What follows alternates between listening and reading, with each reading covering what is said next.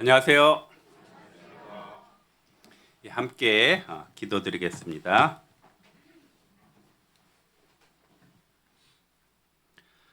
하나님 감사합니다. 마땅히 죽고 심판받을 수밖에 없었던 저희를 불쌍히 여겨주시고 주님의 보혈로 값없이 구원하여 주시고 자녀 삼아 주신 그 크신 은혜 진심으로 감사와 찬송을 드립니다. 또 저희를 주님의 몸된 교회 가운데 두시고 또 주님이 머리가 되어 저희를 하나가 되게 하여 주시고 또 자라게 하심에 또한 감사드립니다. 무엇보다도 또 감사드리는 것은 저희 영혼뿐만 아니라 저희가 사랑하는 이들의 영혼 또한 불쌍히 여겨 주셔서 저희 이 마지막 시대에 저희 교회에 또 복음을 맡겨 주신 것 감사드립니다. 더 많은 영혼들이 구원을 받을 수 있도록 저희 도봉교회 함께하여 주시고 역사해 주시기를 간구드립니다. 오늘도 또 주님의 말씀을 통하여 힘을 얻고 위로받을 수 있도록 도와주시옵소서. 주의 자녀들의 건강과 평안 또한 주님께서 더욱 허락해 주시기를 간구드립니다. 오늘 말씀의 시종을 주님께만 의지하며 저를 언제나 사랑하시는 예수님의 이름으로 기도드렸습니다. 아멘. 말씀 찾겠습니다. 출애굽기 15장입니다. 출애굽기 15장 구약 105페이지입니다.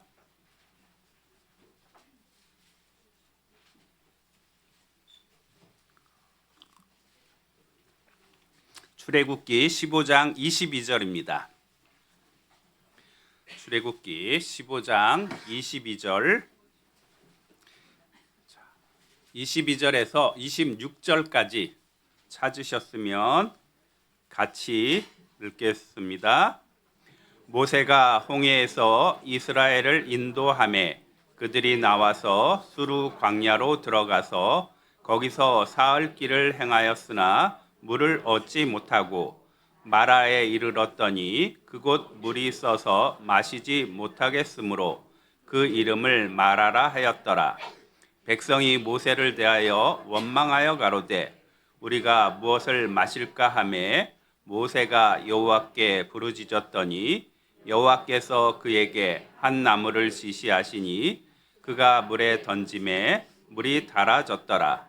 거기서 여호와께서 그들을 위하여 법도와 율례를 정하시고 그들을 시험하실세 가라사대 너희가 너희 하나님 나 여호와의 말을 청종하고 나의 보기에 의를 행하며 내 계명에 귀를 기울이며 내 모든 규례를 지키면 내가 애굽 사람에게 내린 모든 질병의 하나도 너에게 내리지 아니하리니 나는 너희를 치료하는 여호와임이니라. 날씨가 그래도 좀 풀린 것 같습니다. 그래도 아직 겨울이 계속되고 있고 또 뭐 추운 날도 또 있을 것인데요. 건강 주의하셨으면 합니다. 자, 오늘의 말씀입니다. 오늘의 말씀의 제목은 나는 너희를 치료하는 여호와임이니라 해서 치료하는 여호와라는 그런 제목으로 함께 하나님 말씀을 나누고자 합니다. 말씀을 읽어보면 이 마라라고 하는 곳에 갔더니 물이 썼습니다. 그리고 거기에 나무를 던지니 물이 달아졌다라고 하는 것인데요. 성경에서 물 맛을 하나님께서 말씀하고자 이것을 기록한 것이 아니겠죠. 물 맛이 다냐 쓰냐 이런 것을 우리에게 알려주시고자 이렇게 기록한 것이 아닙니다. 우리가 달다 쓰다라고 하는 것은 우리 인생에 대한 이야기입니다. 우리 인생이 달콤한 인생이라고 하는 그런 말이 있잖아요. 또 인생에 괴로움을 많이 겪으면 뭐라고 했냐면 내가 쓴맛을 보았다 이런 표현을 씁니다. 우리 인생 마음의 괴로움, 달콤함 맛으로 하면 이렇게 단맛, 쓴맛입니다. 이것은 동양 사람이나 서양 사람이나 같은 말을 씁니다. 인생이 편할 때 달콤하다고 말하고 인생의 괴로움을 쓰다라고 이렇게 말을 합니다. 우리 옛말에 그 고생이 닿으면 이제 즐거움이 온다라고 하는 뜻에서 고진감래라고 하는 그런 사자성어를 씁니다. 고진감래. 그 고가 뭐 고생이라고 하는 그 고자인데요. 그 고자가 쓸 고자입니다. 쓸 고자. 고생이 닿으면 즐거움이 온다라고 하는 것인데요. 고생 끝에 낙이 온다라고 하는 것이에요. 그런데 여기 이스라엘 사람들이 홍해를 건너서 그리고 3일 후에 마라라고 하는 곳에 도착한 것처럼 이 마라의 이름이 이제 괴로움이라고 하는 여기 뜻입니다. 23절에 보면 마라라 하였더라라고 되어 있는데요. 마라가 밑에 나눠줄 보면 쓴 것이라고 되어 있습니다. 우리가 구원을 받아도 또 물론 세상 모든 사람은 살아가는 동안에 이런 쓴 것, 괴로움을 겪게 됩니다. 구원받은 사람도 예외가 아닙니다. 이 이스라엘 사람들은 홍해를 건넜습니다. 애굽에서 나와서 홍해를 건넜고 그리고 그들이 길을 간 것이 아니라 마라에 도착한 것은 불기둥과 구름기둥의 인도로 마라에 도착한 것입니다. 우리도 인생에서 크고 작은 그런 마라를 겪게 될 것입니다. 그럼 성경에서 이런 괴로움을 어떻게 해결했는지 성경에서 그래서 이 괴로움을 많이 겪은 사람 이야기를 우리에게 남겨주셨습니다. 괴롭다라고 하는 표현을 가장 많이 쓴 남자와 여자가 있는데요. 남자는 누구냐면 욥입니다. 욥이 괴롭다라고 하는 이 마라라고 하는 표현을 가장 많이 쓴 사람이 바로 욥입니다. 욥은 어떤 사람이냐면 동방에서 가장 큰 자라고 했습니다. 자녀들도 아들이 7명이고 딸이 3이고 재물도 아주 많았습니다. 그랬는데 그 욥이 하루아침에 어떻게 됐냐면 재물도 모두 잃고 자녀도 모두 다 잃게 되었습니다. 그것은 물론 자신의 이제 잘못이 아니었고요. 욥이 하나님을 잘 따랐습니다. 욥은 의인이고 하나님 말씀을 잘 따랐는데 그것을 보고 사단이 이렇게 말을 한 것이죠. 참소를 한 것입니다. 욥이 하나님을 잘 그렇게 섬기는 것은 욥이 잘 되게 해주셔서 그런 것 아닙니까? 욥이 부유하고 다 모든 것 다 갖추었으니까 그러는 것 아닙니까? 그래서 하나님께서 욥의 자녀들, 욥이 가진 것을 치도록 허락을 하셨습니다. 그래서 욥은 자신의 자녀들과 재산을 모두 다 잃게 되었습니다. 그래도 욥은 뭐라고 말했냐면 내가 빈손으로 왔으니까 빈손으로 돌아간다. 적신으로 왔으니 적신으로 돌아갈 것이고 주신 자도 하나님이시오 또 취하신 자도 하나님이시라고 말하고 하나님을 원망하지 않았습니다. 그랬더니 잠시 후에 또 어떤 일이 생겼냐면 사단이 또 말을 합니다. 사단이 아니 욥이 그렇게 말하는 것은 아직 욥이 몸이 멀쩡해서 그런 것 아니냐고. 그래서 하나님께서 사단에게 욥의 몸을 치도록 허락하셨습니다. 여기 표시해 두시고 욥기 2장입니다.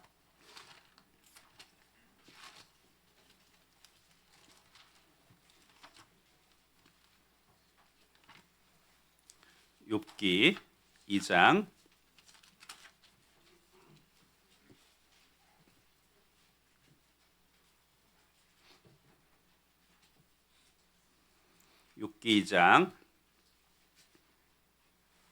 5절입니다. 욥기 2장 5절.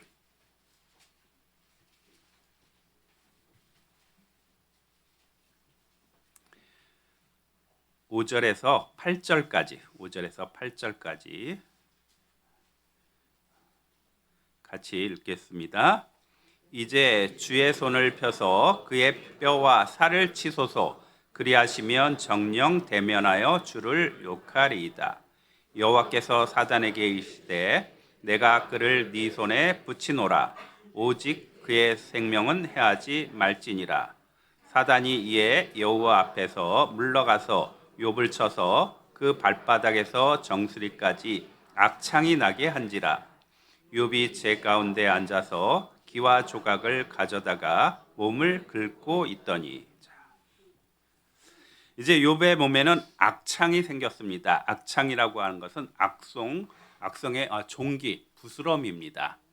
그래서 욥이 그러면 어때요? 간지러워서 긁고 있는 것이에요. 뭐 손으로도 안 되니까 여기 기와 조각을 가져다가 온몸을 긁고 있었습니다. 머리끝에서 발끝까지 그런 종기가 생긴 것이에요.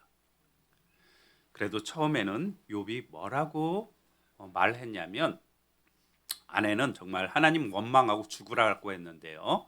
욥이 복을 주신 것도 하나님이시고 또 이런 재앙을 내린 것도 하나님이시다 하면서 또 하나님을 원망하지 않았습니다. 근데 이런 날이 이제 하루만 있는 게 아니죠. 계속됩니다. 이 종기라고 하는 것이 어떤 것이냐면, 이 긁으면 어때요? 긁으면 간지러워서 긁으면 피가 나죠. 피가 나면 또 딱정이가 생기고 또 더 간지럽고, 이게 반복이 됩니다. 무척 괴롭죠. 괴로운데 이건 죽을 병은 아니에요. 죽을 병은 아닌데 괴로운 날들이 몇 달 이렇게 계속 됩니다. 그래서 욥은 자기의 괴로움을 뒤에 욥기 3장서부터 말을 합니다. 뭐라고 말하냐면, 자기 아픈 것 3장 20절입니다. 3장 20절.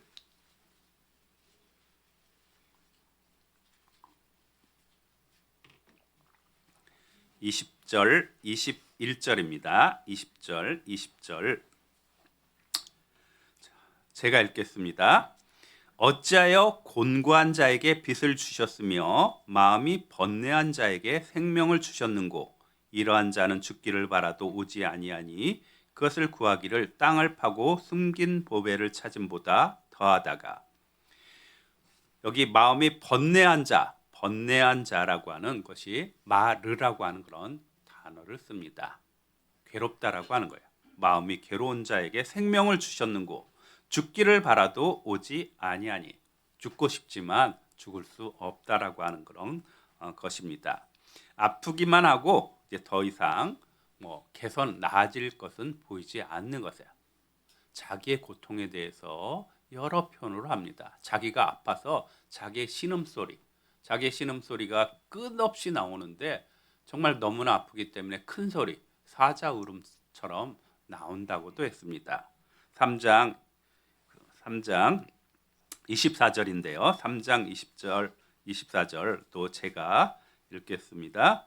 나는 먹기 전에 탄식이 나며 나의 앓는 소리는 물이 쏟아지는 것 같구나. 먹기 전에, 그러니까 음식 대신 먹기 전, 음식이 입으로 들어가는 것이 아니라 입에서 나오는 것, 탄식부터 이렇게 나오고, 나의 앓는 소리는 이 원어 표현은 울부짖는 사자의 그런 소리입니다. 우리 너무나 아프면 어때요? 신음을 하잖아요. 그것이 끊이지 않는다라고 하는 것입니다.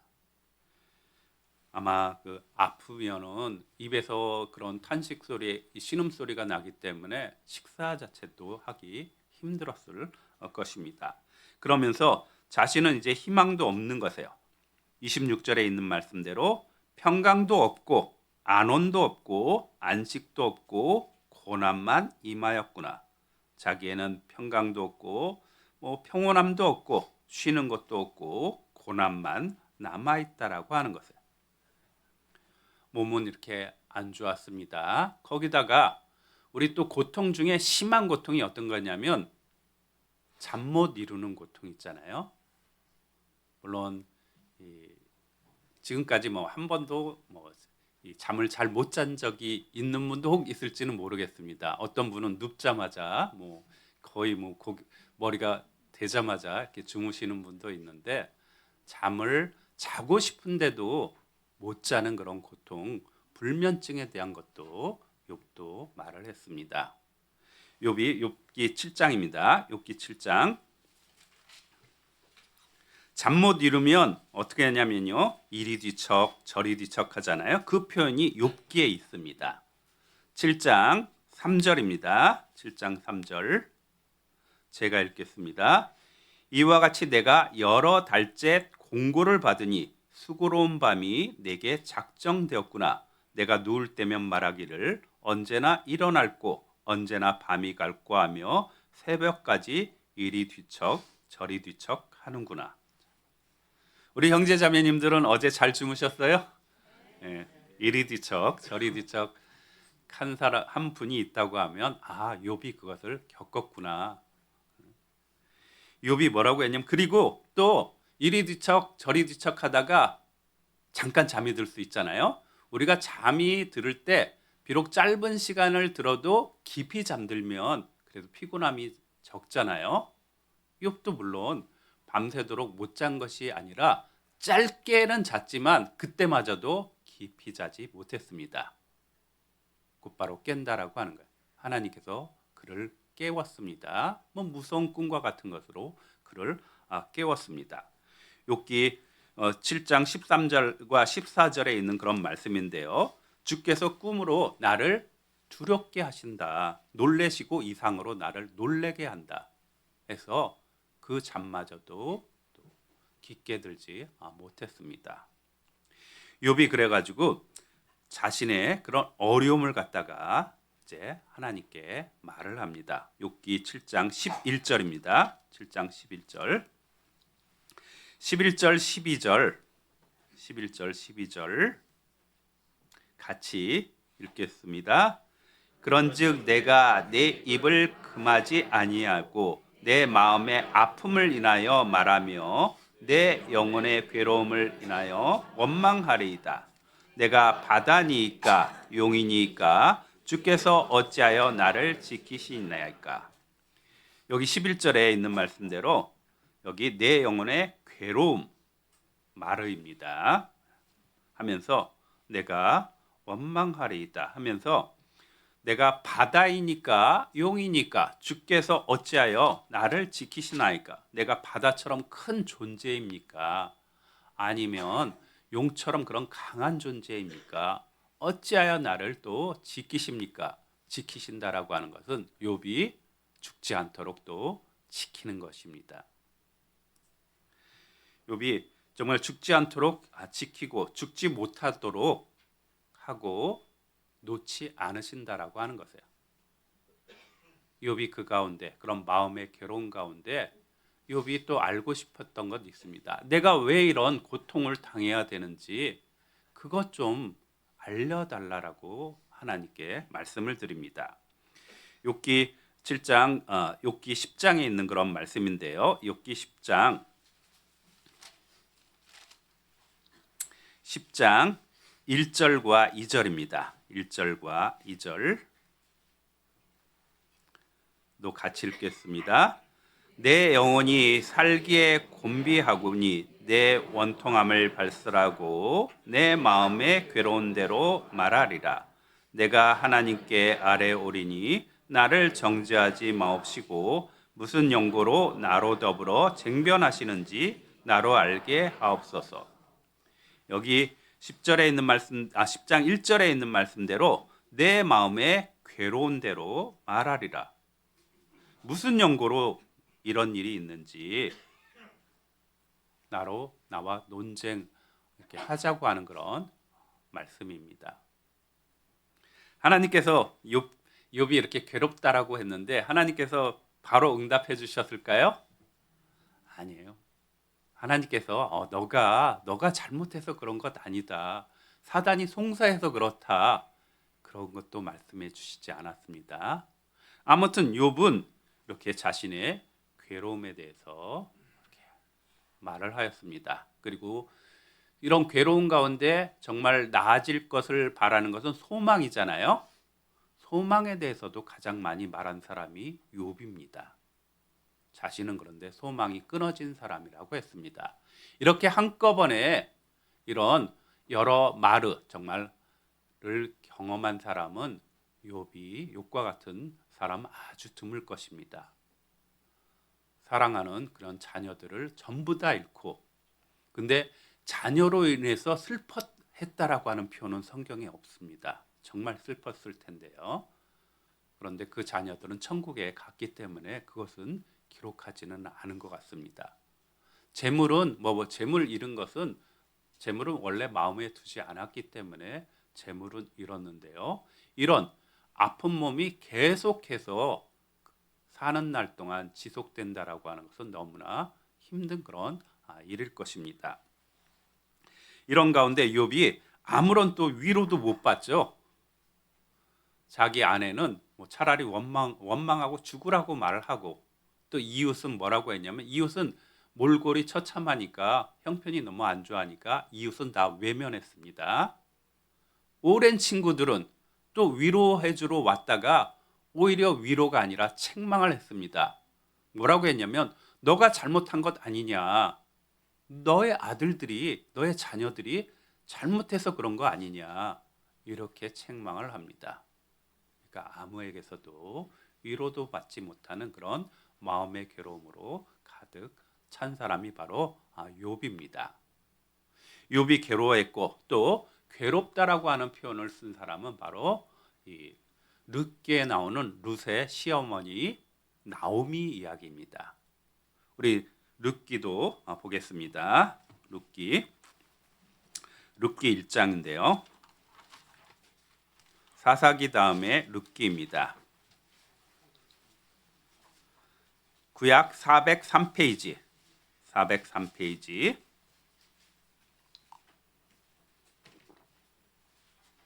룻기 1장 19절입니다. 룻기 1장 19절과 20절 같이 읽겠습니다. 이에 두 사람이 행하여 베들레헴까지 이르니라. 베들레헴에 이를 때 온 성읍이 그들을 인하여 떠들며 이르기를 이가 나오미라 하는지라. 나오미가 그들에게 이르되 나를 나오미라 칭하지 말고 마라라 칭하라. 이는 전능자가 나를 심히 괴롭게 하셨음이니라. 여기 마라가 나옵니다. 또 괴롭게 하셨음이니라라고 하는 것은 마라르라고 해서 같은 어원을 갖습니다. 자신의 이름을 나오미라 하지 말고 마라라 하라. 나오미라고 하는 것은 밑에 또 나나주가 있는데요. 희락이라고 하는 그런 뜻입니다. 즐거움이라고 하는 뜻입니다. 그러니까 즐거움을 주는 그런 딸이라고 하는 이름을 갖고 있었는데 자신의 이름을 그렇게 부르지 말고 마라, 괴로움이라고 부르라고 했습니다. 이 나오미에게는 어떤 일이 생겼냐면요. 원래 그들은 베들레헴에서 살고 있었습니다. 그런데 흉년이 들었습니다. 그래서 이 나오미가 자신의 남편과 그리고 두 아들과 함께 모압 땅, 식량이 있는 모압 땅으로 다 이사를 간 것이에요. 근데 이사를 가고 10년 사이에 어떤 일이 생겼냐면 자기의 10년 사이에 물론 자기 아들들은 결혼했습니다. 그런데 자기의 남편이 죽고 두 아들도 죽었습니다. 이제 자신과 두 며느리가 남은 것이에요. 욥은 너무나 슬펐습니다. 여기 룻은 나오미는 슬펐습니다. 이제 자녀들도 의지했던 남편도 죽고, 그리고 아들이 죽었다라고 하는 것은 이제 대가 끊겼다라고 하는 것이잖아요. 다시 이제 고국으로 돌아오려고 합니다. 그런데 처음에는 그런 며느리 둘이 같이 오려고 했어요. 근데 나오미가 말합니다. 너희를 보니까 내가 더욱더 괴롭다. 왜냐하면 이스라엘에는 어떤 제도가 있냐면요.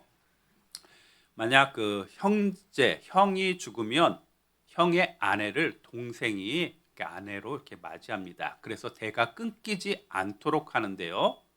나오미의 장성한 두 아들은 죽었습니다. 그럼 이 나오미에게서 그럼 또 아들을 얻으려면 이 나오미는 이제 나는 나이가 많아서 남편을 두기 어렵다. 설사 오늘 내가 남편을 얻는다 할지라도 그 아들이 장성하기까지 너희가 어떻게 기다리겠느냐 하면서 너희를 보니 더 괴롭다라고 말하는 것이에요. 그래서 한 며느리는 그냥 남았고 한 며느리 룻하고만 돌아온 것입니다. 나오미가 왜 괴롭다고 한 것인지 우리는 이 시대에 비춰서 보면 또 알 수 있습니다. 뭐냐면 자신은 몸이 약하지 아프거나 그 표현은 없습니다. 그런데 이제 나이가 많았는데 돈은 없죠. 이제 나이가 많고 돈은 없고 그리고 아들이 없으니까 장래 소망도 없습니다. 오늘날로 말하면 쉽게 표현하면 노후 대책이 없는 것이에요. 지금 시대야 지금 우리나라는 그래도 좀 정부에서 지원해 주는 것도 있잖아요. 노인연금도 있고 그런데 그것이 다 없으니까 그런 날들만 남아 있는 거죠. 나오미는 자신을 괴롭다라고 이렇게 말을 한 것입니다. 소망도 없고 그런 나날입니다.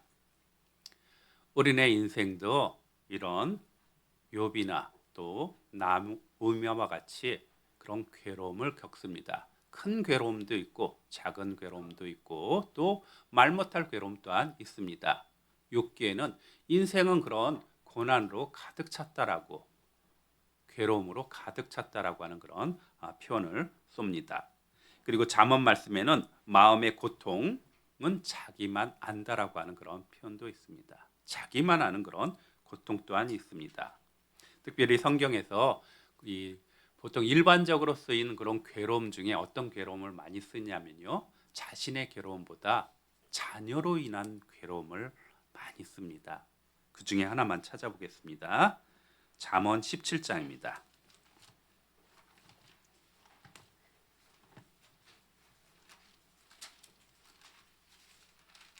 잠언 17장 25절입니다.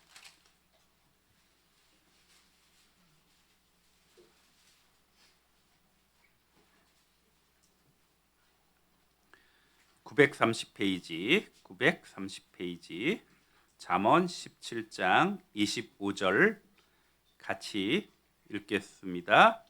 미련한 아들은 그 아비의 근심이 되고 그 어미의 고통이 되느니라. 그 어미의 고통, 이것이 또 마라입니다. 어미의 고통. 구원받지 못한 자녀들로 인해서 부모는 정말 마음이 괴롭습니다. 또 구원을 받았다고 하지만 잘못된 행동을 해서 곁길로 나가서 그것 또한 큰 부모의 근심이 됩니다. 이삭에게는 두 아들이 있었죠. 에서와 야곱이 있습니다. 그런데 에서가 같은 동족인 그런 사람과 결혼하는 것이 아니라 이방인과 결혼을 해서 그 부모 이삭과 리브가의 근심이 되었다라고 하는 그런 말씀이 있습니다. 똑같은 그런 단어입니다. 그럼 이러한 괴로움, 마음의 괴로움뿐만 아니라 우린 육체의 그런 고통 또한 있습니다. 이 고통이 어디서 왔는지 우리가 원인을 알아야지 우리가 해결할 수 있는 것입니다. 이 고통은 창세기 3장에 있는 에덴 동산에서 있었던 일로 인해서 모든 것이 생긴 것입니다. 창세기 3장을 보겠습니다.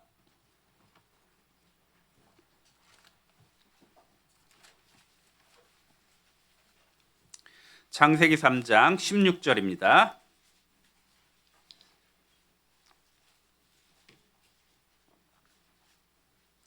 창세기 3장 16절 제가 읽겠습니다.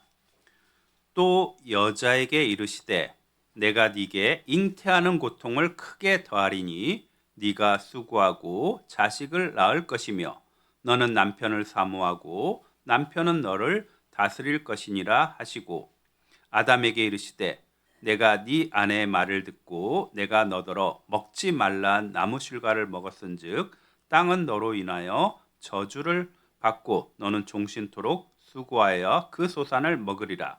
땅이 네게 가시덤불과 엉겅퀴를 낼 것이라. 너의 먹을 것은 밭의 채소인즉 네가 얼굴에 땀이 흘러야 식물을 먹고 필경은 흙으로 돌아가리니 그 속에서 네가 취함을 입었음이니라. 너는 흙이니 흙으로 돌아갈 것이니라 하시니라. 여기 고통에 대한 처음으로 나오는 것입니다. 3장 16절에 여자 아담의 아내 하와에게 하나님께서 말씀하신 것이죠. 너는 내게 잉태하는 고통을 크게 더할 것이다. 임신을 하고 해산하는 고통이 있을 것이다. 그리고 수고가 있을 것이다.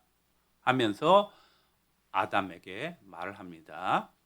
17절에 있는 말씀대로 네가 네 아내의 말을 듣고 내가 너더러 먹지 말라 나무 실과를 먹었은즉, 먹지 말라고 한 나무의 실과 바로 선악과를 먹음으로써 땅은 저주를 받고 우리에게는 이제 고통, 괴로움이 우리에게 오게 된 것입니다.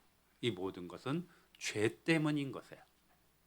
죄로 인해서 우리는 이 땅에서 수고로이 일도 해야 되고 몸도 괴롭고 마음도 괴로운 일을 겪게 되는 것입니다.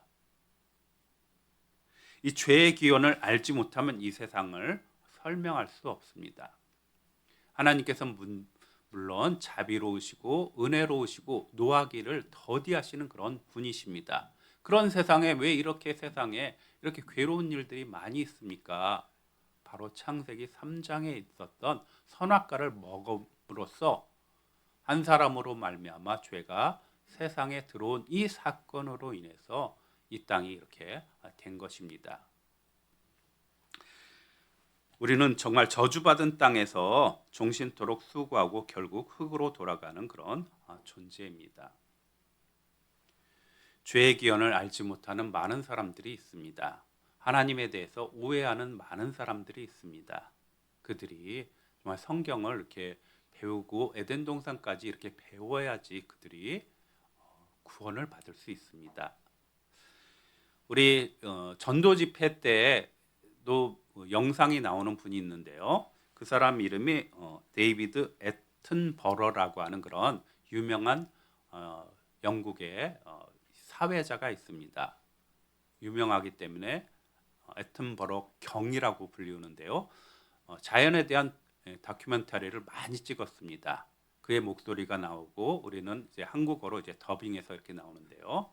그가 자연의 어떤 경이로운 모습들을 갖다가 그런 다큐멘터리를 찍고 사회를 맡았는데요. 자연의 경이로운 것, 웅장한 것, 아름다운 것을 보니까 그 사람이 그럼 그런 모습만 정말 보니까 그 사람 하나님 당연히 믿겠지 이렇게 생각할 수 있잖아요. 근데 그 사람은 하나님을 믿지 않습니다. 그러면서 이렇게 말을 합니다. 아프리카에 한 소년이 있는데 그 소년 눈에 기생충이 들어가 가지고 그 아이가 실명을 합니다. 어떻게 자비로운 하나님께서 그렇게 아이 눈에만 살 수 있는 기생충을 둬서 아이의 눈을 실명, 그러니까 못 보게 하는지 그런 하나님 없을 거라고 말을 하는 것이에요. 기생충이 있는 거 보니까 정말 하나님은 없다. 이렇게 말을 합니다. 당신들은 뭐 하나님의 뭐 자비로움, 뭐 아름다움 이런 것을 말하지만 나는 그 소년, 실명할 수밖에 없는 그 소년을 봅니다. 말을 하는데요. 그 사람도 에덴 동산에 있었던 일을 알지 못하기 때문에 그런 것입니다. 실제로 기생충이라고 하는 거 이렇게 기생해서 사는 거잖아요. 기생충의 대부분은 원래 기생충이 아니었고 선충이라고 불리우는 그런 종류입니다. 그리고 대부분은 땅 속에서 삽니다. 그리고 땅 속에서 인간에게 그러니까 유익한 존재가 됩니다.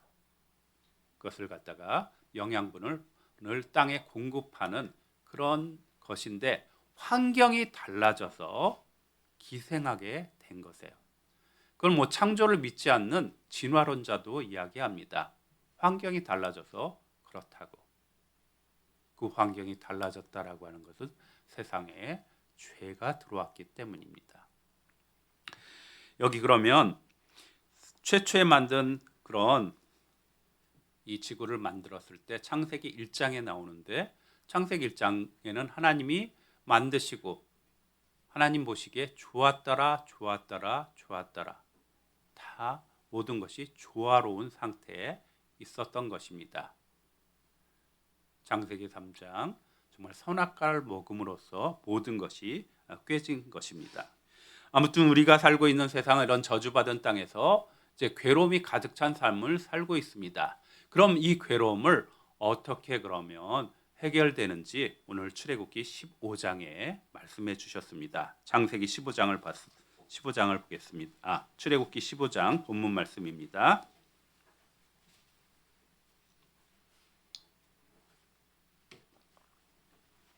15장 25절입니다. 25절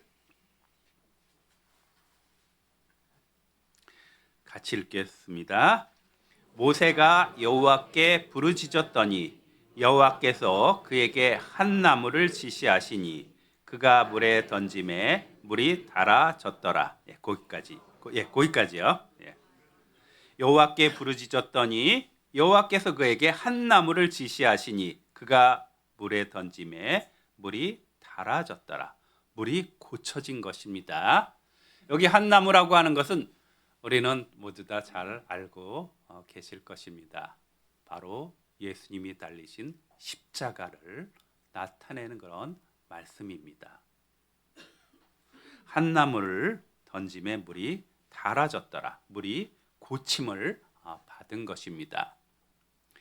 여기 치료하는 여호와라고 했을 때요. 치료하는 여호와가 여호와 라파라고 하는 단어를 씁니다. 라파라고 하는 단어하고 그리고 물이 고쳐졌다라고 하는 단어하고 같은 단어를 씁니다. 구약에 엘리사 선지자가 있었습니다. 그 엘리사 선지자 때에도 어떤 일이 있었냐면요. 엘리사 선지자 열왕기하 2장입니다. 열왕기하 2장 보겠습니다.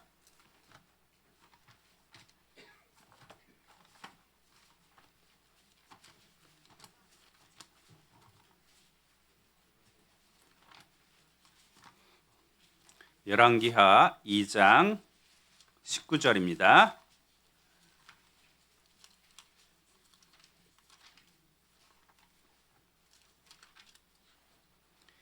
2장 19절 구약 562페이지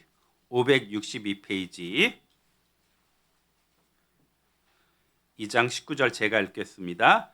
그 성 사람들이 엘리사에게 고하되 우리 주께서 보시는 바와 같이 이 성읍의 터는 아름다우나 물이 좋지 못하므로 토산이 익지 못하고 떨어지나이다. 엘리사가 가로되 새 그릇에 소금을 담아 내게로 가져오라 하매 곧 가져온지라. 엘리사가 물 근원으로 나아가서 소금을 그 가운데 던지며 가로되 여호와의 말씀이 내가 이 물을 고쳤으니 이는 이로조차 다시는 죽음이나 토산이 익지 못하고 떨어짐이 없을지니라 하셨느니라 하니 그 말이 엘리사의 말과 같이 고쳐져서 오늘날에 이르렀더라. 여기에서 물이 고침을 받았습니다. 물이 고침을 받았는데 이 고쳤다라고 하는 단어가 라파라고 하는 단어를 씁니다. 치료하는 여호와 같은 단어입니다. 물이 고침을 받았다라고 하는 것, 물이 쓴물이 단물로 바뀌었다라고 하는 것, 치료받았다. 사람의 영혼으로 말하면 치료받았다라고 하는 것이에요. 죄라고 하는 것은 영혼의 질병입니다. 영혼의 질병인데 보통 심각한 그런 병이 아니죠. 아담의 후손들은 모두 다 이 병에 걸렸습니다. 그리고 얼마나 치명적이냐면 100% 죽습니다. 그리고 모든 광범위하죠. 모든 사람이 다 걸려있는 병이 바로 죄라고 하는 것이에요. 우리는 아담으로부터 죄성을 물려받고 죽는 것이 우리의 그런 인생입니다. 괴로움을 겪다가 죽는 것이 바로 인생인데요. 이 영혼의 질병은 마치 물이 고침을 받은 것처럼 우리 죄는 치료받아야 되는 것이에요. 하나님께서는 내가 치료하는 그런 여호와 라파라고 말씀하셨습니다. 치료한 분이 계시는 것이에요. 그런데 이것을 놀랄 만한 방법으로 치료해 주신 것입니다. 그 말씀은 이사야서 53장에 있습니다. 이사야서 53장을 보겠습니다.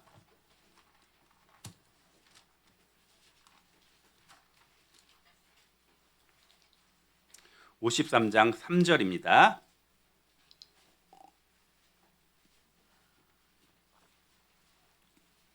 구약 1033페이지, 구약 1033페이지, 이사야서 53장 3절,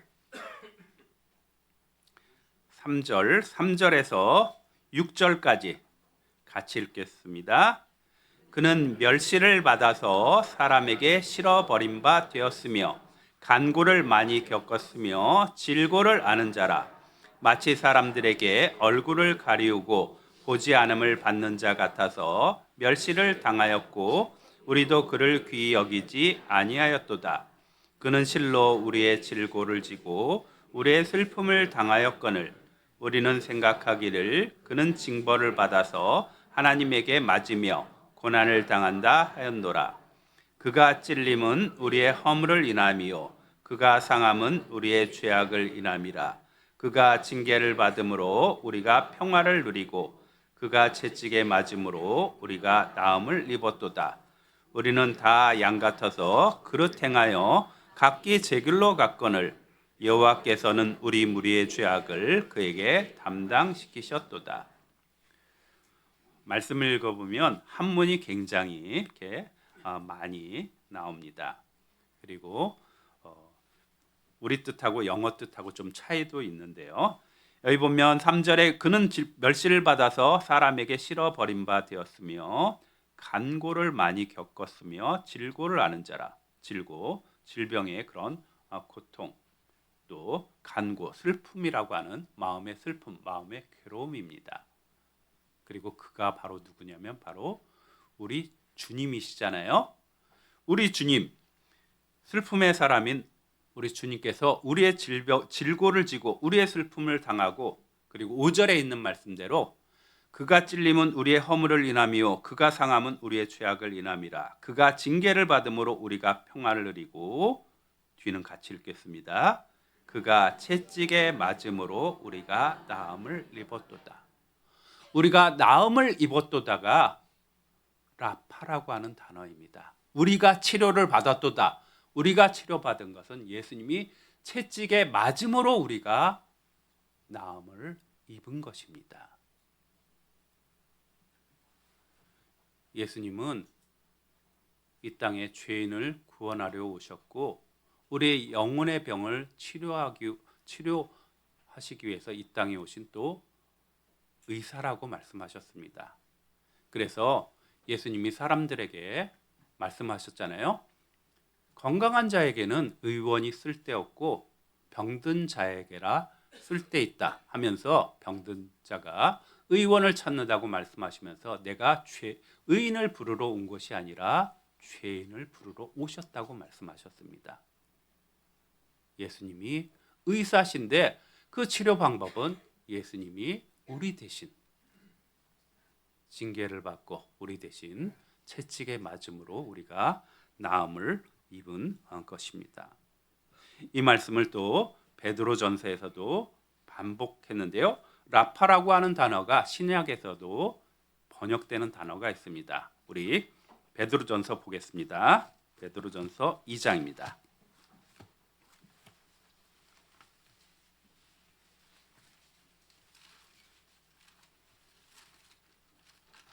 베드로전서 2장 24절입니다.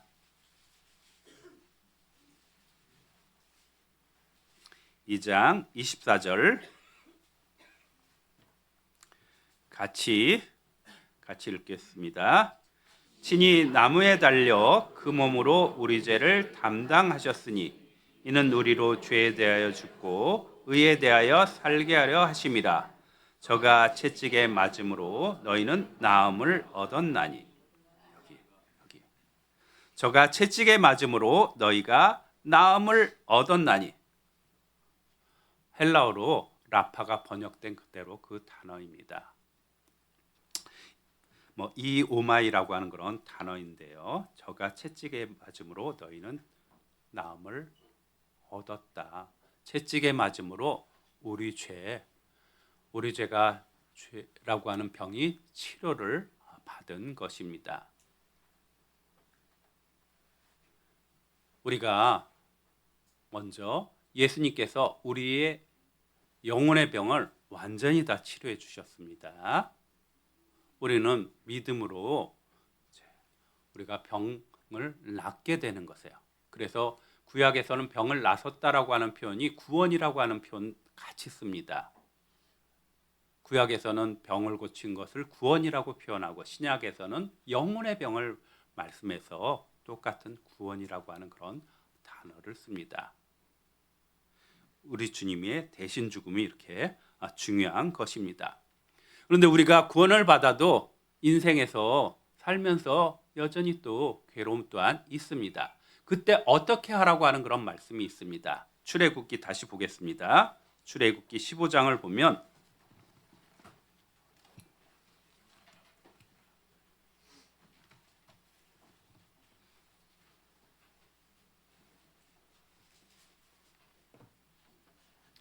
15장 24절과 25절입니다. 24절과 25절 같이 읽겠습니다.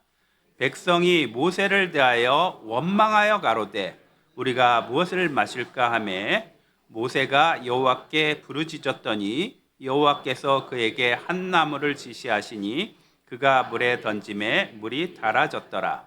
거기서 여호와께서 그들을 위하여 법도와 율례를 정하시고 그들을 시험하실세. 마라라고 하는 곳에 도달하였더니 백성의 반응과 모세의 반응이 다릅니다. 백성들은 어떻게 했냐면 원망을 했습니다. 모세를 원망하였는데 물론 모세를 종으로 두신 하나님을 원망한 것이잖아요. 백성은 원망을 했는데 모세는 어떻게 했냐면 하나님께 부르짖었습니다. 엄청난 차이죠. 우리 인생에 괴로움을 만났을 때 우리는 원망이 아니라 모세처럼 하나님께 부르짖으라고 한 것입니다. 환난 날에 나를 부르라. 너가 나를 영화롭게 하리라고 하는 그런 말씀대로 우리 인생의 괴로움 속에서 우리는 하나님께 부르짖어야 될 것입니다. 그리고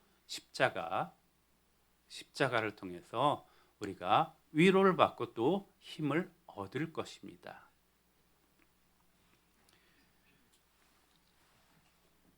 또 말씀을 보면요. 25절에 보면 거기서 여호와께서 그들을 위하여 법도와 율례를 정하시고 그들을 시험하실세 가라사대 너희가 너희 하나님 나 여호와의 말을 청종하고 나의 보기에 의를 행하며 내 계명에 귀를 기울이며 내 모든 규례를 지키면 내가 애굽 사람에게 내린 모든 질병에 하나도 너에게 내리지 아니하리니. 여기까지가 끊어지는 그런 말씀입니다. 법도와 율례를 정해서 시험하는데 너희가 쉬운 말로 하면 너희가 내 말에 순종하면 복을 얻을 것이다. 질병이 내리지 않을 것이다. 이 모든 규례를 지키면 질병 하나도 내리지 않을 것이다. 근데 우리가 그렇게 할 수 있어요? 없어요? 없잖아요. 그래서 치료하는 여호와가 필요한 것입니다. 우리가 앞에 있는 말씀대로 우리가 모든 것을 다 행함으로써 그렇게 의롭다 하심을 얻을 육체는 없습니다. 로마서 3장에 있는 말씀대로 율법의 행위로 그의 앞에 의롭다 하심을 얻을 육체가 없다. 모든 율법을 다 지킬 수 있는 사람은 없습니다. 여호와 하나님이 필요합니다. 치료하는 여호와 하나님이 필요합니다. 우리 예수님이 필요한 그런 이유입니다.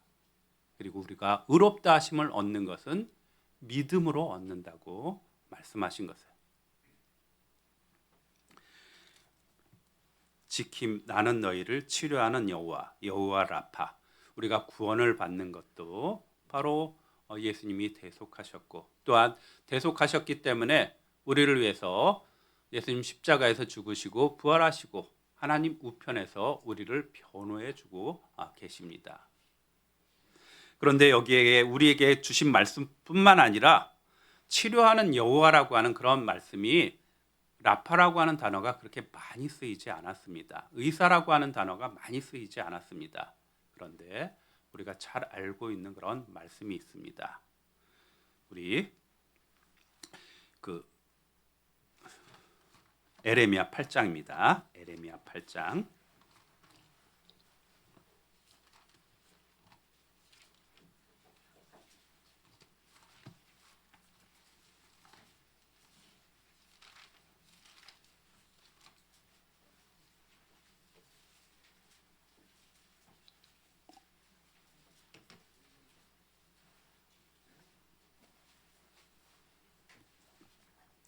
에레미야 8장 20절입니다. 20절. 20절에서 22절까지 말씀 같이 읽겠습니다. 추수할 때가 지나고 여름이 다하였으나 우리는 구원을 얻지 못한다 하는도다. 딸 내 백성이 상하였으므로 나도 상하여 슬퍼하며 놀라움에 잡혔도다. 길르앗에는 유향이 있지 아니한가? 그곳에는 의사가 있지 아니한가? 딸 내 백성이 치료를 받지 못함은 어찌 민고? 하면서 치료와 구원에 대한 말씀을 하셨습니다. 길르앗에는 유향이 있지 아니한가? 약이 있다. 그리고 의사가 있지 아니한가? 우리에게도 의사가 있습니다. 바로 우리 주님이 우리와 함께 하십니다.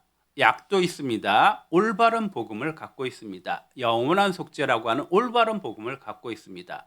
그러면서 왜 길르앗 사람들 여기 길르앗을 말하면서 우리는 구원을 얻지 못한다 하는도다. 그런 사람들이 세상에는 가득 차 있습니다. 우리는 그래서 우리에게 눈물을 흘리면서 매달리라고 말씀하셨습니다. 9장 1절에 있는 말씀이잖아요. 어찌하면 내 머리는 물이 되고 내 눈은 눈물 군원이 될꼬. 그렇게 되면 사륙당한 딸 내 백성을 위하여 주야로 고급하리로다. 고급이 소리내어 운다라고 하는 그런 뜻입니다. 눈물을 흘리면서 우리에게 다른 사람 영혼의 구원에 대해서도 매달리라고 하는 그런 말씀입니다. 누구든지 예수님을 만나면 괴로움이 바뀌게 됩니다. 우리도 분명히 예수님을 만났습니다. 구약에 제가 가장 괴롭다고 말한 사람은 욥과 룻이라고 했는데요. 그들도 만났습니다. 우리 룻에 대한 이야기도 보겠습니다. 룻기 4장입니다. 룻기 4장.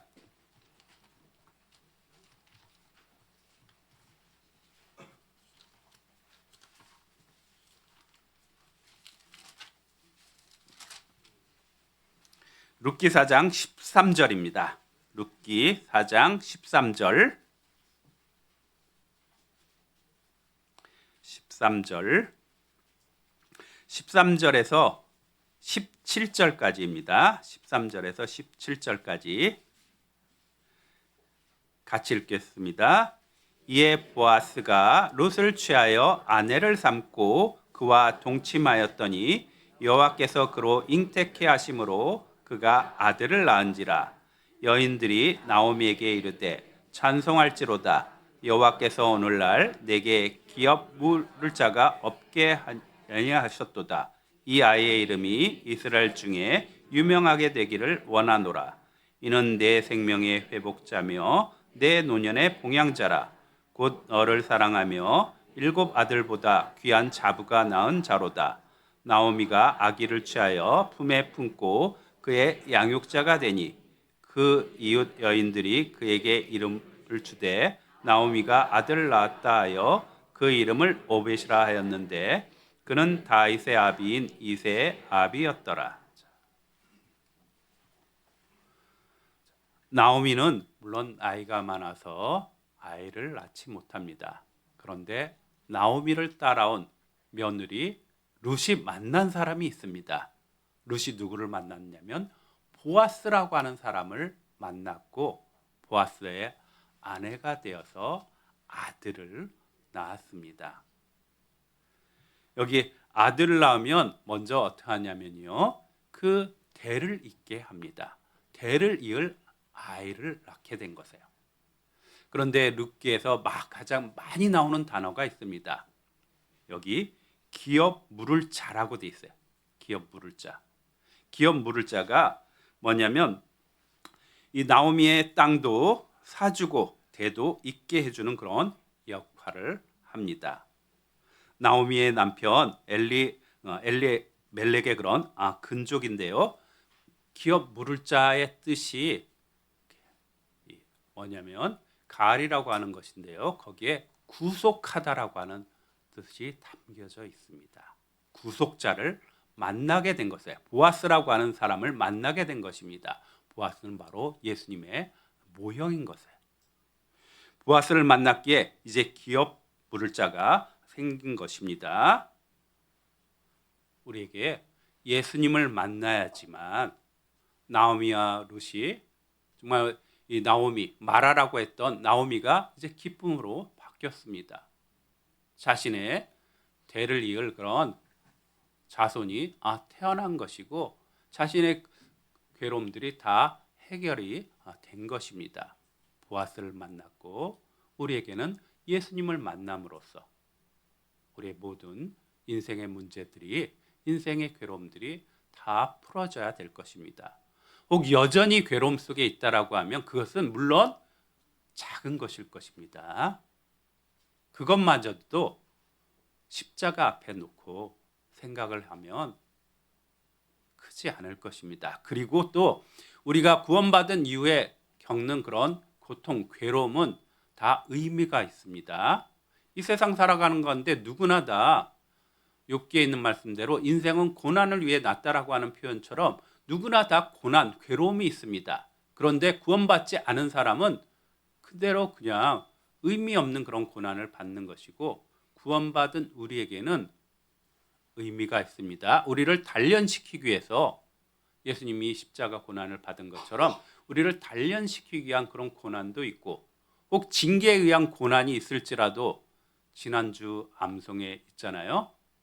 징계는 다 받는 것이오늘 우리에게 없으면 사생자요 참 아들이 아니니라 하면서 뭐라고 말씀하시냐면 오직 하나님은 우리의 유익을 위하여 그의 거룩하심에 참회케 하시느니라라고 하는 그런 말씀대로 징계조차도 우리의 유익을 위한다고 말씀하신 것처럼 이제 의미 있는 그런 괴로움이 있는 것이에요. 그래서 괴로움이 있을지라도 그 괴로움에 집중하는 것이 아니라 우리 주님 십자가 나무를 던졌더니 쓴물이 단물로 되었더라. 우리의 삶에 예수님을 놓고 비춰봄으로써 우리의 괴로움들이 정말 약해지고 또 우리에게 큰 위로가 될 것입니다. 나오미와 룻은 보아스를 만났고 또 욥도 만났습니다. 욥도 나중에 욥기 마지막에 38장에 하나님께서 등장하십니다. 여호와께서 등장하셔서 욥에게 이런 말 저런 말 합니다. 너가 이유에 대해서 말씀해 주시지 않고 너가 하늘의 법도에 대해서 아느냐, 땅에 대해서 아느냐 이런 말씀을 하셨습니다. 이런 말씀 하나님의 능력에 대해서 말씀을 하셨고 그래서 욥이 돌이킵니다. 욥기 42장을 보겠습니다.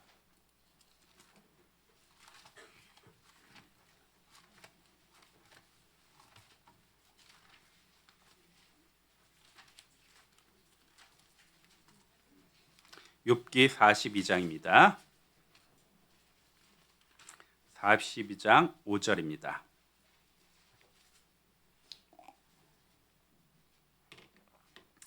(42장 5절) 같이 읽겠습니다. 내가 주께 대하여 귀로 듣기만 하였사더니 이제는 눈으로 주를 배움나이다. 그러므로 내가 스스로 하나고 티끌과 재 가운데서 회개하나이다. 욥이 뭐라고 하느냐면 내가 귀로만 들었다고. 그러니까 지식적으로는 욥이 다 갖추고 있었는데 그 하나님을 이제 직접 눈으로 주를 배움나이다 만났다라고 하는 그런 말씀입니다. 만났고 욥의 결말은 이제 완전히 달라졌습니다. 물론 건강도 회복했겠죠. 그리고 재물도 2배로 얻었습니다. 그리고 자녀들도 또 같은 수의 그런 자녀를 얻은 것입니다.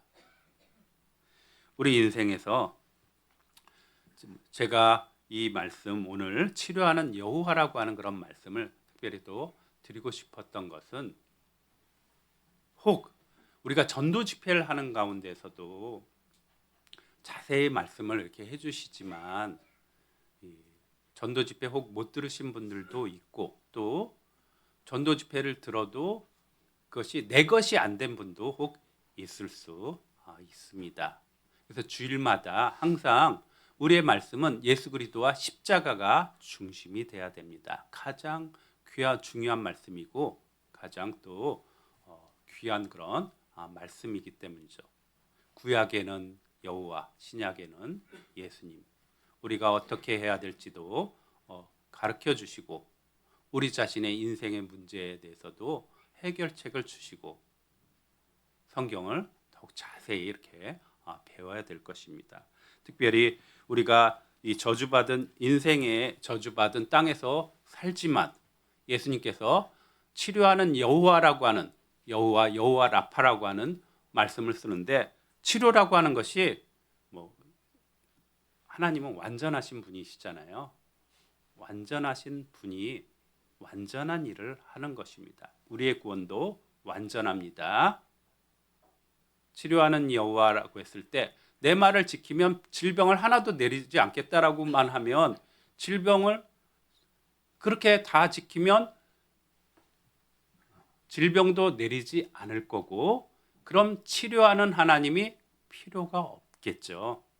근데 우리는 그것을 지키지 못하기 때문에 행위로서는 구원을 얻지 못하기 때문에 오직 믿음으로만 얻을 수 있고 우리에게는 그런 영혼의 의사 대신 주님이 계시고 또 약도 있습니다. 내 자신에게도 정말 복음을 계속해서 들어야지만 우리의 인생의 괴로움들, 우리의 연약함들 이런 것들이 다 고침을 받을 것입니다. 오늘도 말씀을 이제 좀 줄였는데요. 또 말씀드릴 것이 있습니다. 광고도 뒤에 또 있을 텐데요. 우리 건축에 대한 것입니다. 기도 부탁도 또 계속 해야 될 것인데요. 이거 영상을 이렇게 프로젝트 좀 했으면 좋겠습니다.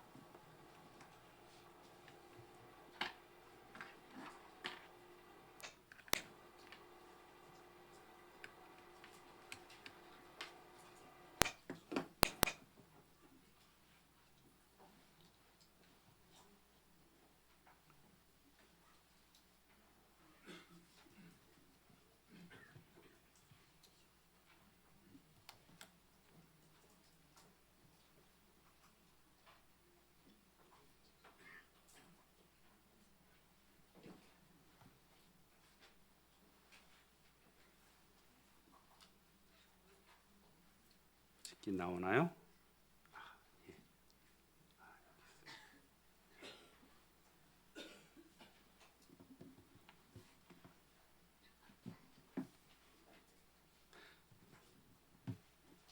건축 진행 상황에 대해서 궁금하시죠?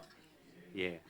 그래서 제가 주일 말씀을 할 때는 건축에 대한 진행이 있으면 조금씩 계속해서 상황에 대해서 말씀드리려고 합니다. 이제 설계 도면은 기본적으로 끝났습니다. 끝났는데요. 여기 있는 것은 보면 또 이 게시판에다가 붙여 놓을 것입니다. 보이시나요? 예. 제가 펜을 갖고 왔는데 다른 펜을 갖고 왔나 봅니다. 여기 가운데 카페가 있습니다. 1층입니다. 1층 카페가 있고 교재실이 있고 상담실이 있습니다. 그리고 바깥에는 이제 주차가 주차면이 그려져 있는데요. 주차면은 우리가 법적으로 이 건물에 이 정도 크기에는 17대의 그런 주차면을 그려야 됩니다. 그래서 17대의 그런 주차면이 이렇게 그려져 있습니다. 그럼 우리는 실제로는 통로에도 이렇게 될 테니까 17대보다 훨씬 더 많이 되게 됩니다.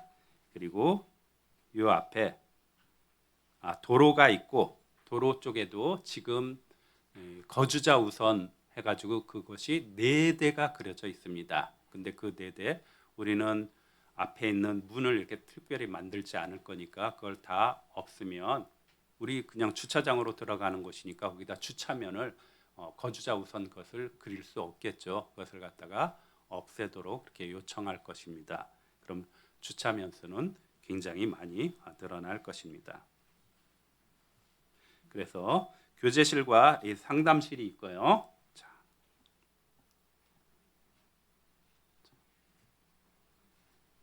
이것이 이제 대강당입니다. 대강당. 대강당은 우리 이 대강당은 아쉽게도 그렇게 크지는 않습니다. 크지는 않고 92평으로 이렇게 되어 있습니다. 92평이면 우리가 지금 사용하고 있는 것이 50평입니다. 50평인데 2배보다는 조금 적습니다. 근데 높이는 역시 또 대강당 앞쪽이니까 높이는 높습니다. 폭도 굉장히 이렇게 큽니다.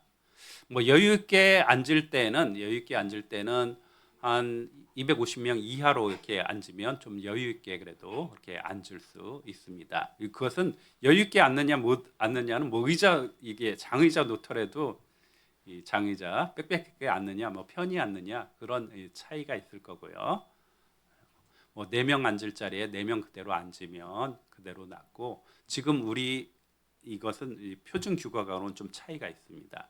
아무튼 이렇게 돼 있고 원하는 여기 위에 보면 찬양대실 있습니다. 찬양대실. 그리고 2층에 이렇게 홀 앞에 홀이 있어가지고 보기가 아주 좋을 것입니다. 아마 외관은 기억하고 계세요? 외관? 네, 외관 기억하고 계시죠? 그리고 그 뒤에 상담실 하나 이렇게 또 있습니다. 2층에는 그리고 물론 저희가 어르신들 계시지만 2층에는 화장실을 두지 않습니다.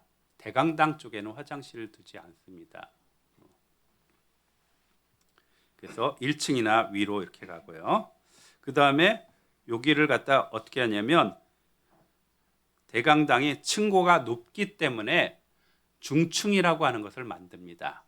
중층을 만들어서 여기에 방송실도 있고 또 강사 숙소도 있고 그리고 화장실 한 칸씩 있고 상담실을 둡니다. 그리고 저의 집무실을 이쪽에다가 둡니다. 이렇게 한 이유는 뭐냐면 우리가 나중에 숫자가 많아지면 이 부분을 헐고 중층을 강당으로 사용하려고 합니다. 중층을 강당으로 사용할 그런 여지를 남기기에 그런데 처음서부터 그것을 만들어 놓으면 거기에는 분명히 안 쓸 텐데 다른 공간이 부족하잖아요. 처음서부터 그렇게 할 필요는 없고 몇 년 후에 또 고민을 해야 될 것이니까요. 그렇지만 이것을 벽을 쉽게 할 수 있는 그런 구조로 만들어서 이쪽에도 좌석을 놓으면 적어도 50석 이상 더 이렇게 나옵니다.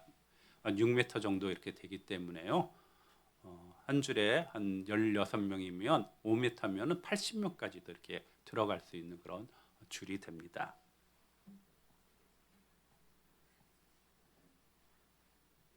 그리고 2층이 이제 교회학교층입니다. 교회학교하고 중강당이라고 불리는데요. 중강당은 33평 정도 이렇게 됩니다. 33평이면 크기가 감이 오세요? 안 와요? 안 오죠? 우리 지금 그 위에 쓰는 식당 있잖아요. 식당이 한 32평 정도 됩니다. 그 정도 크기가 되는 거죠. 그 정도 크기인데 중강당은 제가 계속 우리 형제자매들에게 말씀드리는 것인데요. 청년회 줄 겁니다. 청년회가 이것을 사용해서 청년의 숫자를 많이 늘리도록 청년회가 지금 같은 경우 이제 회별 모임을 할 때 은장회가 이렇게 사용하고 계시잖아요. 그런데 청년회가 많아져야지 우리 우리 청년회 형제자매들이 지금도 잘하고 있지만 우리 은장회 어르신들 잘 이렇게 모실 겁니다. 그래서 청년회가 사용하고요. 그리고 각각 이제 초등부, 중등부, 유치부가 있고 또 영유아부가 있고 또 화장실 이렇게 있습니다. 이것이 이제 중층인데 층수로 말하면 이제 3층에 해당됩니다. 아니 여기가 4층이죠. 4층. 자, 그다음에 5층입니다.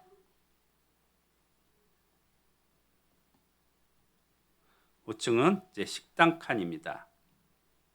식당 여기 보면 식당이 40평으로 이렇게 되어 있습니다. 40평이니까 아까 우리가 지금 제가 말씀드렸듯이 위에서 식사하잖아요. 그게 32평이니까 그거보다 큽니다. 그것보다 크고 여기에 지금 한쪽을 은장회실로 이름을 썼는데요. 이건 그 교재실로 이렇게 사용하면 은장회가 보시고 어디를 사용하는 게 더 좋겠느냐 그것은 나중에 교재해도 되고요. 한쪽 한 7.8평을 갖다가 이렇게 폴딩 도어로 이렇게 만듭니다. 그래서 평소에는 그냥 열어놓으면 47평, 48평 이렇게 되겠죠. 그리고 혹 모임을 할 때 폴딩 도어 닫아서 교재실로 이렇게 사용을 합니다. 이 정도면 우리 지금의 식구들은 그냥 한 번에 다 먹어요. 이렇게 이교대 이런 거 없이 이렇게 먹습니다. 그리고 우리 식구가 2배가 되면 그래도 뭐 2교대로 이렇게 3교대까지는 안 가고요. 모든 교회들이 다 이제 2교대로 이렇게 2번씩 이렇게 회전하는 2번이나 3번씩 이렇게 합니다. 그런데 저희는 규모가 많아도 2번 정도면 그런 충분한 그런 그 규모입니다. 그리고 여기 보면 이제 주방이 있습니다. 창고가 있고 주방은 지금 16평으로 이렇게 되어 있는데요. 16평. 우리가 지금 사용하고 있는 주방보다는 훨씬 더 큽니다. 그런데 여기에 창고 또한 별도로 있습니다. 뭐냐면 지금은 곳곳에다가 이렇게 쌓아 놓잖아요. 그리고 잘 생각해 보면 저희가 5층에 주방이 있는데 그 앞에도 이렇게 그 캐비넷 같이 이렇게 다 놔가지고 그 앞에서 다 물건들이 다 있잖아요. 그 물건들이 어딘가 이제 들어가야 되잖아요. 지금의 주방과 지금의 식당이 합쳐졌다고 생각하면 됩니다. 그래서 창고에다 넣을 거고 또 저희가 무엇이 필요하냐면 저온 창고가 이렇게 필요합니다. 그래서 저온 창고를 저장고 여기 보면 저장고를 둘 것이고요. 주방 또한 우리 좀 이제 그러니까 작지 않게 그렇다고 해서 아주 큰 것 아니고요. 이 주방이 어느 정도 돼야지 우리 자매님들이 봉사하기 좋습니다. 그래서 이 주방을 이렇게 두었습니다. 여기도 이렇게 화장실이 있고요. 곳곳에 이제 뭐 조그마한 공간들이 있을 것입니다. 그것은 나중에 이렇게 활용을 이렇게 할 수 있고요. 아마 제가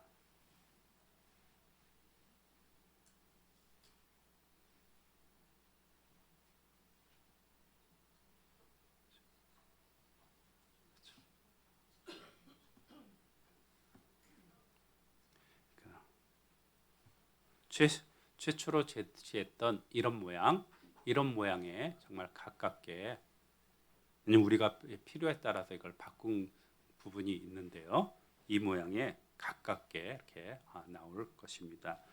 여기 약간씩 변동이 있는 게 뭐 계단 같은 것이 이제 법적인 것 때문에 이렇게 생겼고 그리고 그 급수관 또 이제 급수와 또 이제 배수관 이런 거 설치, 그다음에 전기선 설치 이런 것 때문에 조금씩 이렇게 달라진 부분이 있는데 전체적인 것은 달라지지 않습니다.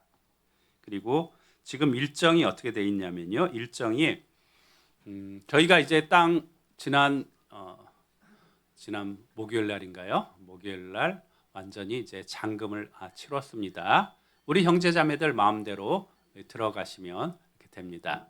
들어가셔서 보셔도 이렇게 되고요. 뭐 번호 거기 이렇게 번호키로 이렇게 돼 있는데요. 뭐 물어보시면 이렇게 알 수 있고요. 오고 가면서 한 번씩 꼭 이렇게 기도도 이렇게 해주시고요. 그런데 거기는 건물 곧 헐 겁니다. 네, 곧 헐 거예요. 그 커는 것도 좀 이제 시간이 좀 이렇게 걸립니다. 시간이 걸리는데 한 달 반 정도 이렇게 하면 2월 달과 3월 달에 그 건물을 헐 거고요. 그리고 지금 이제 내일 모레면 최종 도면 설계 인허가 도면을 갖고 설계사무에서 옵니다. 저희가 오케이 하면 그것을 갖다가 이제 구청에 이렇게 제출을 하는데요. 그럼 2월 달에 이제 승인이 나게 될 것입니다. 승인이 나면 이제 3월 달에 어떻게 되냐면 3월 달에 승인 나면 착공 도면이라고 하는 것을 또 2주간 이렇게 작성을 합니다. 그 다음에는 그것을 갖고 이제 시공사를 공모를 합니다. 시공사 한 뭐 6개, 7개가 공모를 해가지고 이 정도 건물이면 얼마 정도 듭니다. 이렇게 해서 그들이 하고 그 중에서 우리가 이제 선정을 하게 됩니다. 그것이 정말 빠르면 2주고 그보다 혹 더 걸릴 수도 있습니다. 왜냐면 시공사 여러 개의 회사를 동시에 모은다는 것이 그것들이 항상 좀 시간이 걸리더라고요. 한편으로 뭐 아는 시공사에다 그냥 맡기면 시간은 단축될 수 있는데 금액에 대해서는 뭐 적절한 가격을 이렇게 못 찾을 수도 있잖아요. 그래서 시공사 공모를 하고 그러면 이제 4월 달에 선정된 그 회사가 또 착공 이제 승인을 해달라고 또 서류를 이렇게 제출합니다. 그래서 4월 달에 그것은 이제 그렇게 시간 많이 안 걸릴 거고요. 그래서 4월 달에 착공을 예정 이렇게 하고 있습니다. 모든 것이 다 계획대로 다 진행이 될 때 제가 3월 달 원래 착공 예정을 갖다가 잡았었는데요. 설계하는데 좀 시간이 걸렸습니다. 설계하는 시간도 마찬가지로 왜 걸렸을까 했을 때 설계사무소가 4군데가 응모를 했는데요. 그분들 시간을 맞추는데 2주가 그냥 지나간 거예요. 그분들이 동시에 와서 동시에 설명을 들어야 되니까 그래서 그런 것들 때문에 시간이 걸렸구나 하는 것입니다. 그리고 또 마지막으로 제가 지난번에 기도 부탁드렸던 것이 있습니다. 다른 거.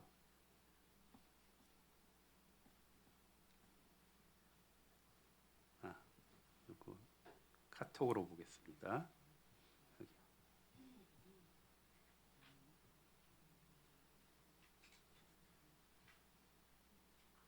여기인데요.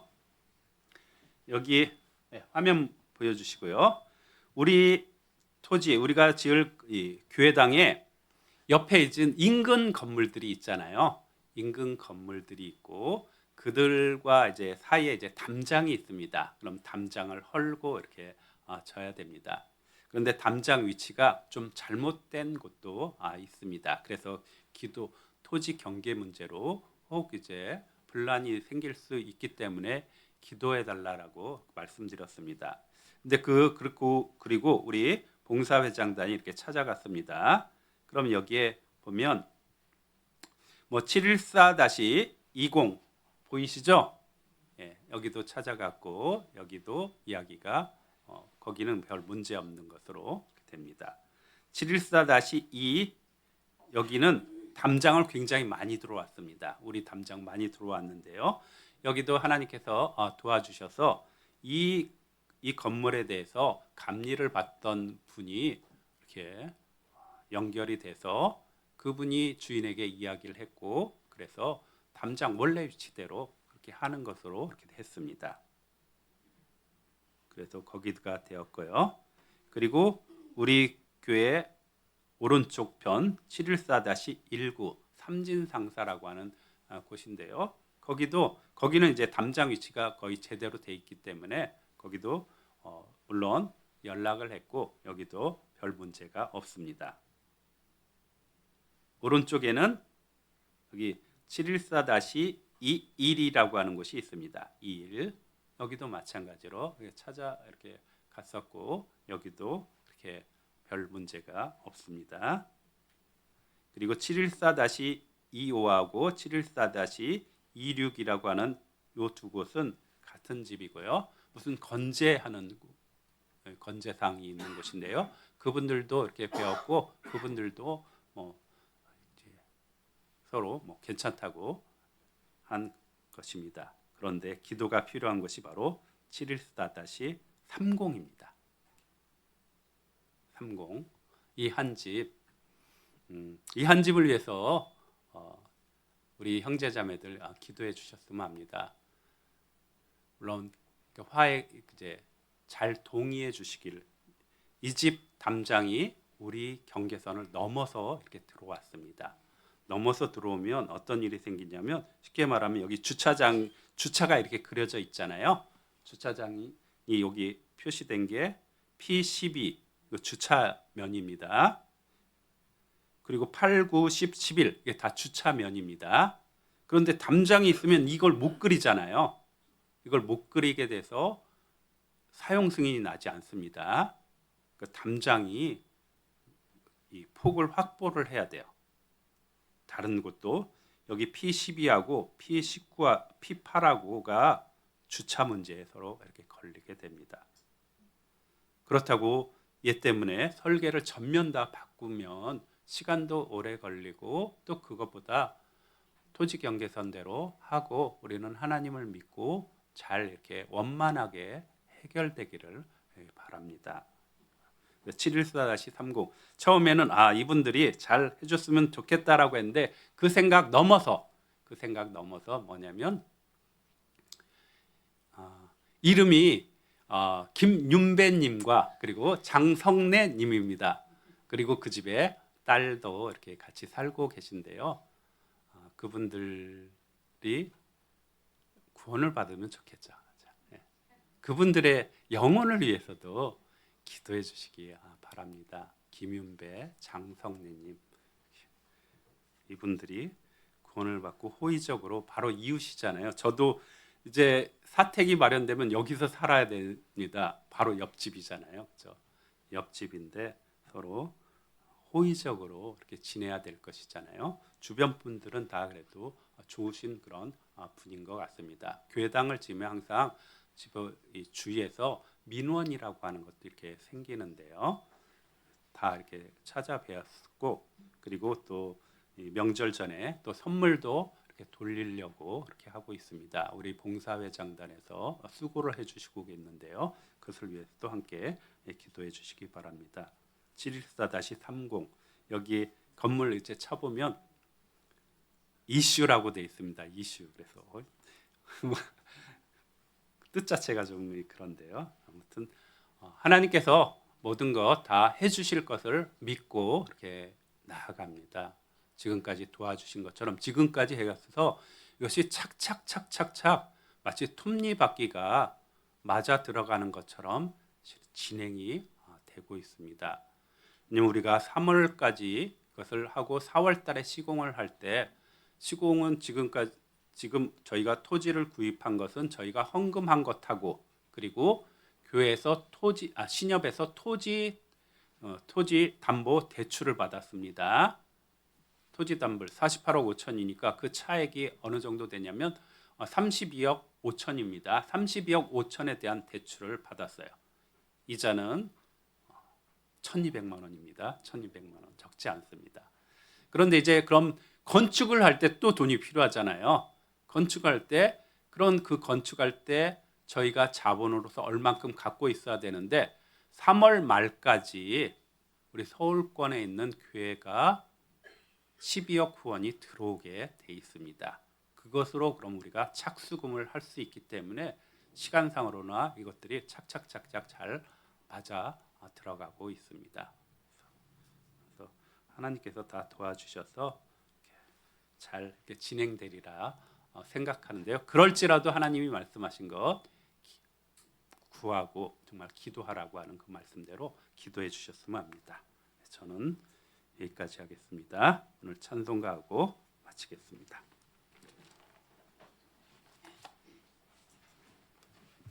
찬송가 471장입니다.